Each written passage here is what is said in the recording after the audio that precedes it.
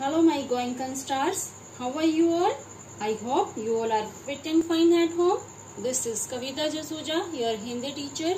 Welcome to your Hindi class. So, summer vacation off and study time start. I hope आप सभी भी excited होंगे, हैं सभी excited स्टडी करने के लिए? Am I right students?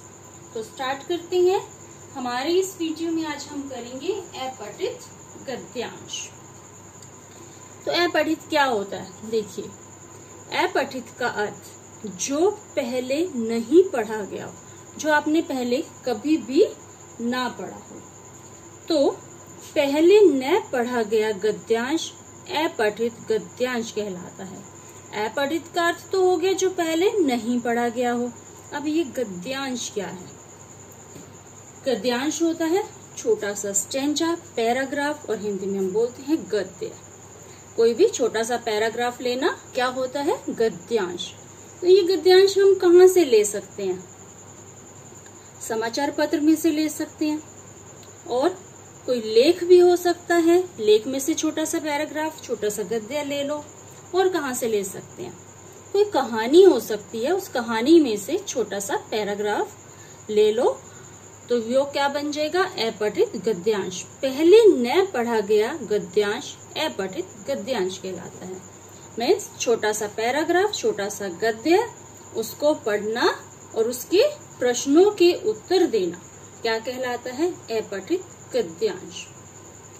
तो जब हम अपठित गद्यांश को पढ़ते हैं, उसके प्रश्नों के उत्तर देने होते हैं, तो उसमें हमें कौन कौन सी बातें ध्यान देनी चाहिए?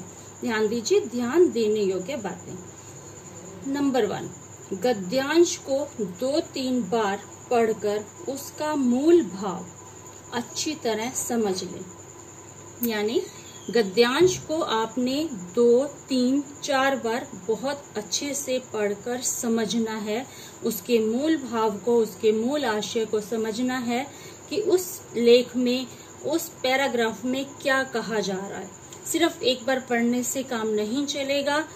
यदि आप सिर्फ एक बार पढ़ेंगे, उसको नहीं समझेंगे, तो जो नीचे प्रश्नों के उत्तर आपने देने होते हैं गद्यांश के बाद, वो आप सही से नहीं दे पाएंगे।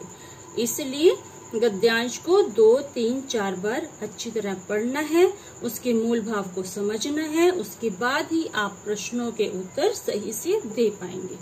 क्लियर? और उसके बाद है प्रश्नों के उत्तर गद्यांश के आधार पर ही दे, अपने ज्ञान के आधार पर नहीं। मतलब प्रश्नों के उत्तर जो भी गद्यांश में लाइन लिखी हुई है, जो भी गद्यांश में शब्द लिखा हुआ है, जो भी वहां से उत्तर निकल रहा है, आपने वही उत्तर लिखना है। आपने अपने ज्ञान, अपने नॉलेज के अकॉर्डिंग उत्तर नहीं लिखना। सपोज समय बहुत कीमती होता है, प्रश्न पूछा जा रहा नीचे, समय क्या होता है? आप लिखोगे समय बहुत कीमती होता है। कुछ बच्चे अपनी मर्जी से भी लिख लेते हैं समय बहुत मूल्यवान होता है। आंसर ये भी ठीक है, परंतु यदि गद्यांश में कीमती लिखा गया तो आप कीमती लिखोगे, मूल्यवान लिखा गया तो आप मूल्यवान लिखोगे। अपनी मर्जी से नहीं लिखोगे। जो गद्यांश में अक्षर है, जो शब्द है, आप वही लिखोगे। क्लियर? उसके बाद है उत्तर संक्षेप में, शॉर्ट फॉर्म में देना है और सरल भाषा में देना है। आपको बहुत बड़ा आंसर देने की, सपोज आपने आंसर देना है, आप उस लाइन को भी लिख रहे हो, और जो अपठित गद्यांश में ऊपर की लाइन होती है उसको भी लिख रहे हो, नीचे की लाइन को भी लिख रहे हो। इतना लंबा आंसर लिखने की कोई भी जरूरत नहीं है। जितना पूछा जाता है आंसर को संक्षेप में, छोटा सा, बट मूल जो उसका आंसर है वो आ जाना चाहिए बीच में। बहुत बड़ा लिखने की कोई जरूरत नहीं है। तो अपठित गद्यांश क्या होता है? कोई भी एक पैराग्राफ होता है, एक गद्यांश होता है, उसको आपने पढ़ना होता है, और उसके बाद उसके नीचे जो है गद्यांश के नीचे प्रश्न दिए होते हैं, उन प्रश्नों के आपने उत्तर देने होते हैं। तो ये क्या होता है? हमारा अपठित गद्यांश।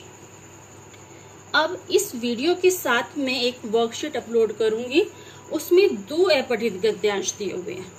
सभी ध्यान दीजिए, 2 अपठित गद्यांश हैं। उन अपठित गद्यांश को आपने अपनी फेयर नोटबुक में करना है। ठीक है? तो सबसे पहले आप लिखोगे अपठित गद्यांश 1। सपोज उसमें 2 हैं, आपने अपनी फेयर नोटबुक में करना है। अपठित गद्यांश 1, उसके बाद उसमें एक पैराग्राफ लिखा हुआ है, एक गद्य लिखा हुआ है। आपको उस पैराग्राफ को पूरा लिखने की कोई भी जरूरत नहीं है। आपने उस गद्यांश का पहला अक्षर लिखना है। सपोज समय, पहला अक्षर लिखने के बाद डैश डैश डाल दीजिए। लास्ट में आपके पास वर्ड आ जाता है होता है।